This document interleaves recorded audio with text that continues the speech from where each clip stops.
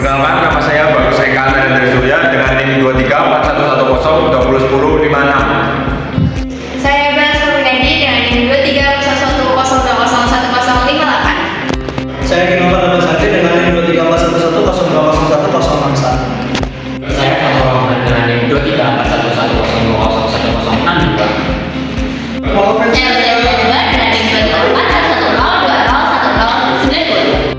Halo teman-teman, selamat datang di kesiapan pasar industri Indonesia. Menurut kalian Indonesia itu sudah siap nggak sih bersaing?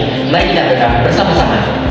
Indonesia merupakan salah satu pasar terbesar di Asia Tenggara. Dengan populasi lebih dari 270 juta jiwa dan jumlah anak muda yang dominan, potensi industri kita sangat luar biasa. Tapi, apakah kita siap menghadapi tantangan global? Saya sudah siapkan data-data terbarukan untuk kita analis. Kita akan lihat fakta di lapangan, bukan sekedar opini. Dan dari sisi bisnis kita akan membahas mengenai strategi yang paling efektif bagi perusahaan atau industri yang ada di Indonesia agar bisa bertahan dan bisa memimpin pasar baik dari pasar nasional maupun dari pasar tingkat global. Saya akan berbagi pengalaman dari dunia industri kreatif, di mana inovasi dan kolaborasi jadi kunci, dan bagaimana kita bisa memanfaatkan teknologi di masa depan. Selanjutnya, saya akan menyoroti terkait aspek yang sering banget kita lupain di teman-teman. Yang pertama yaitu kesiapan sumber daya manusia. Yang kedua yaitu terkait kebijakannya harus berpihak pada kesejahteraan pekerja dan masyarakat. Sebelum kita tahu persiapannya, kita harus tahu dulu gambaran umumnya. Industri pengolahan masih menjadi tulang punggung ekonomi, khususnya sektor makanan, minuman, dan otomotif. Namun, era baru telah datang.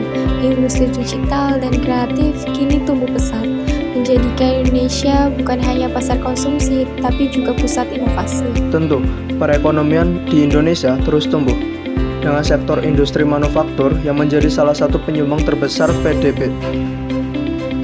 Badan Pusat Statistik 2025 menunjukkan bahwa industri pengolahan, terutama makanan, minuman, dan otomotif, tetap menjadi tulang punggung ekonomi.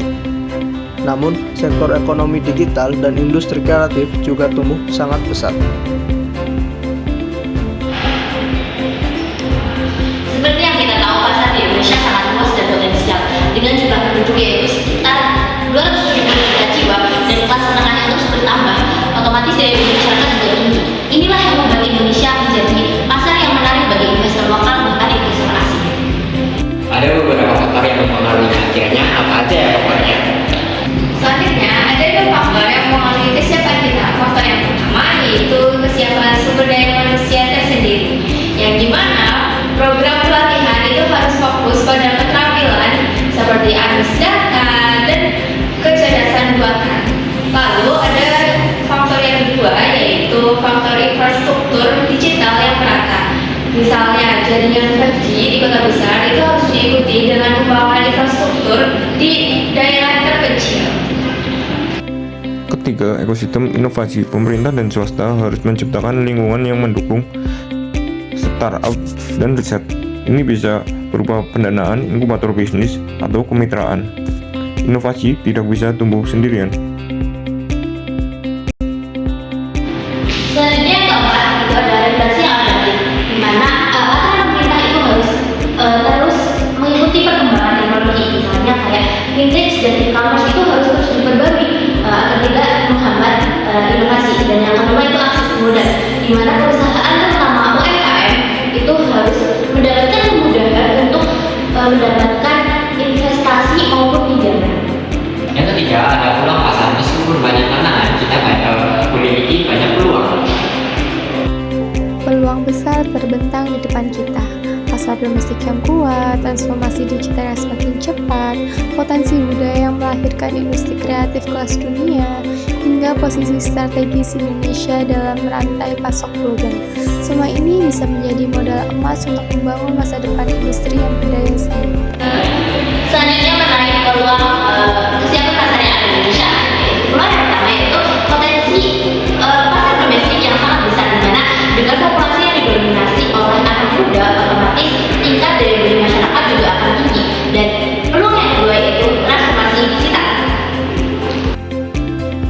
ketiga adalah industri kreatif dan konten digital. Indonesia kaya akan budaya dan talenta. Dengan akses ke internet, kita bisa mengekspor produk kreatif seperti game, film, dan musik ke pasar global. Lihat saja bagaimana game lokal bisa menarik jutaan pemain internasional. Peluang keempat adalah posisi strategis kita di jalur perdagangan global.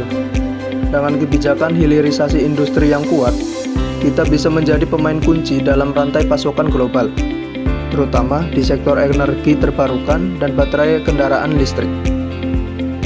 Secara peluang pasti ada tantangan yang dihadapi. Apa saja sih tantangan yang perlu kita waspadai? Tantangan pertama yaitu kesenjangan keterampilan, yang dimana saat ini banyak sekali lulusan tetapi masih ada ketidaksesuaian antara keterampilan yang dimilikinya. Hal ini menyebabkan pengangguran meningkat dan juga produktivitas rendah. Yang kedua adalah persaingan global. Pasar kita yang besar akan menarik perusahaan asing untuk datang, dan perusahaan lokal itu harus bisa bersaing dari segi kualitas, harga, dan inovasi agar tidak kalah saing. Tantangan ketiga yaitu keamanan cyber dan perlindungan data, di mana semakin banyaknya bisnis yang dikelola dengan digital, otomatis resiko kebocoran data juga akan meningkat. Jadi untuk kesimpulannya, kesiapan pasar industri kita itu seperti maraton, banyak kemajuan dan juga banyak tantangan yang kita hadapi. Kesiapan ini bukan hanya tugas pemerintah atau perusahaan, tetapi tugas kita semua. Sebagai konsumen, kita harus mendukung produk lokal, sementara sebagai pekerja, kita harus terus belajar. Dan sebagai anak muda, kita harus berani berinovasi dan tidak takut untuk mencoba hal baru. Kita akan terus memantau perkembangannya melalui data dan riset. Sampai jumpa di episode berikutnya. Jangan lupa dukung terus industri dalam negeri.